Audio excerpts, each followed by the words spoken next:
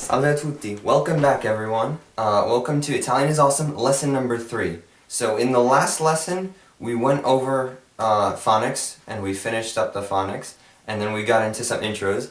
And today we're going to completely turn the tables and go into some grammar. In fact, one of the most important concepts in Italian grammar, and that is genere.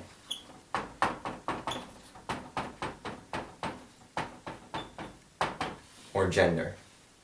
Has nothing to do with biology. Basically, gender is when all the nouns are classified, and they're either masculine or feminine. It has nothing to do with whether they're, alive or not. Everything has one. And so we're gonna put together some categories. So first one is masculine, or maschile.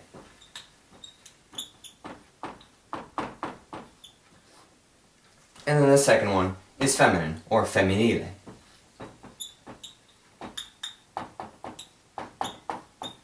So inside these, we're gonna put some nouns, and basically, you guys look for a pattern. That's all. So in maschile, we have the words lavoro, job or work, cappello, hat, and gabinetto.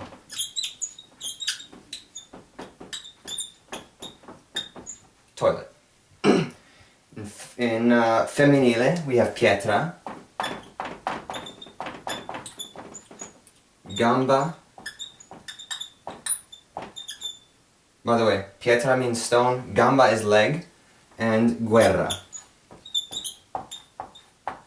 war. So hopefully, you guys will have noticed that all the ones in maschile end in O, and then all the ones in femminile end in A. This is, it has exceptions, but this is a pretty solid rule. Anytime it ends in O, it's basically 99% masculine, and when it ends in A, 99% of the time basically it will be feminine. So, oh, by the way, not all words obviously end in O or A. If it ends in A, there's no, it's one of them. You just kind of have to memorize it. So you have words like cane, which end in A, is masculine. And then you have other words like superficie,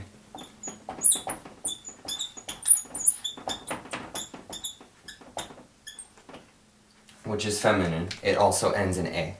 This means dog, by the way, and this means surface. So, now that we've learned gender, we can start to get into some articles. And they do correlate. This isn't completely random. But we're gonna start by learning some indefinite articles. And we're basically gonna see the correlation between the two of them. So, articoli.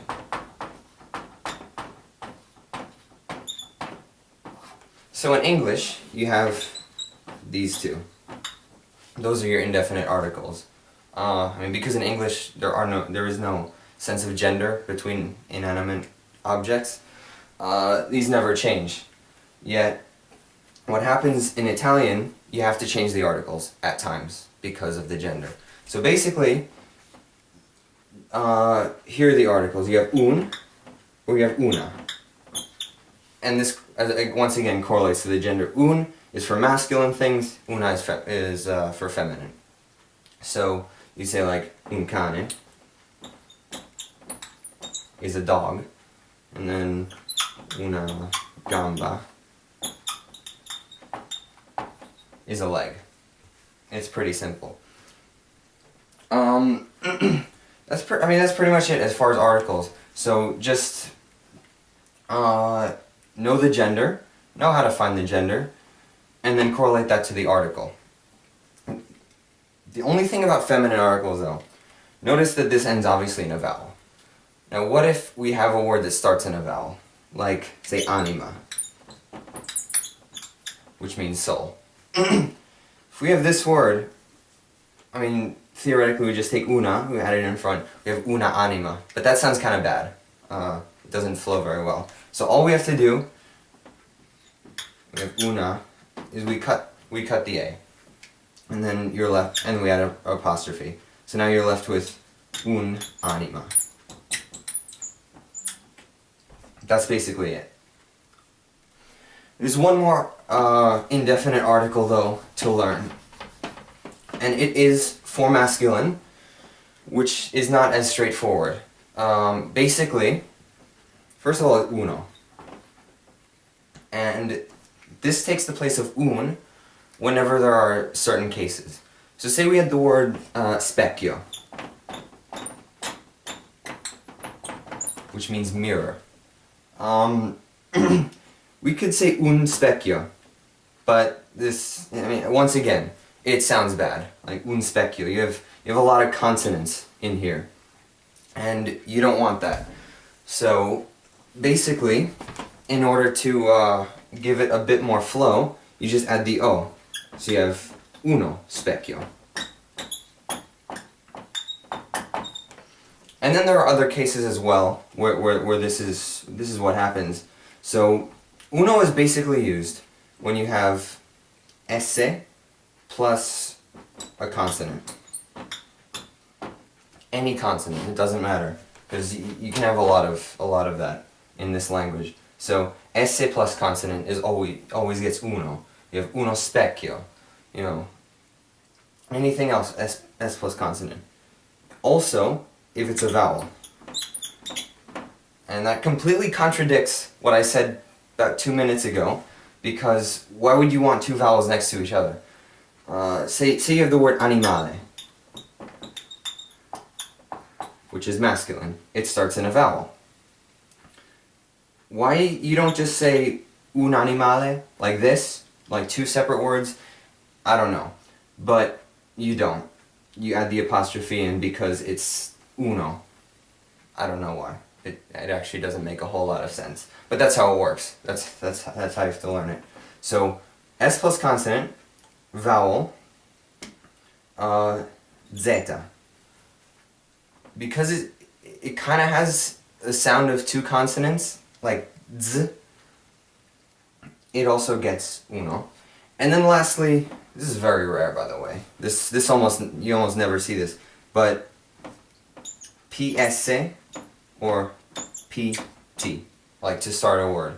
Like so for example, uno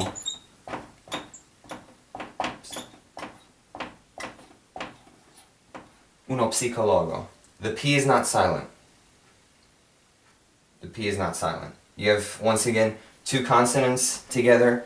You don't want to have un in there. That's basically it. So that's pretty much it as far as uno. In fact, that's all I have for the lesson today. I hope you enjoyed the content. Please subscribe, like, comment, anything you feel need to be commented. I would expect that there would be questions. This is pretty complicated stuff. I haven't touched on all of it yet because there's still, I mean, it's pretty in-depth. But yeah, that being said, once again, like, subscribe, ciao.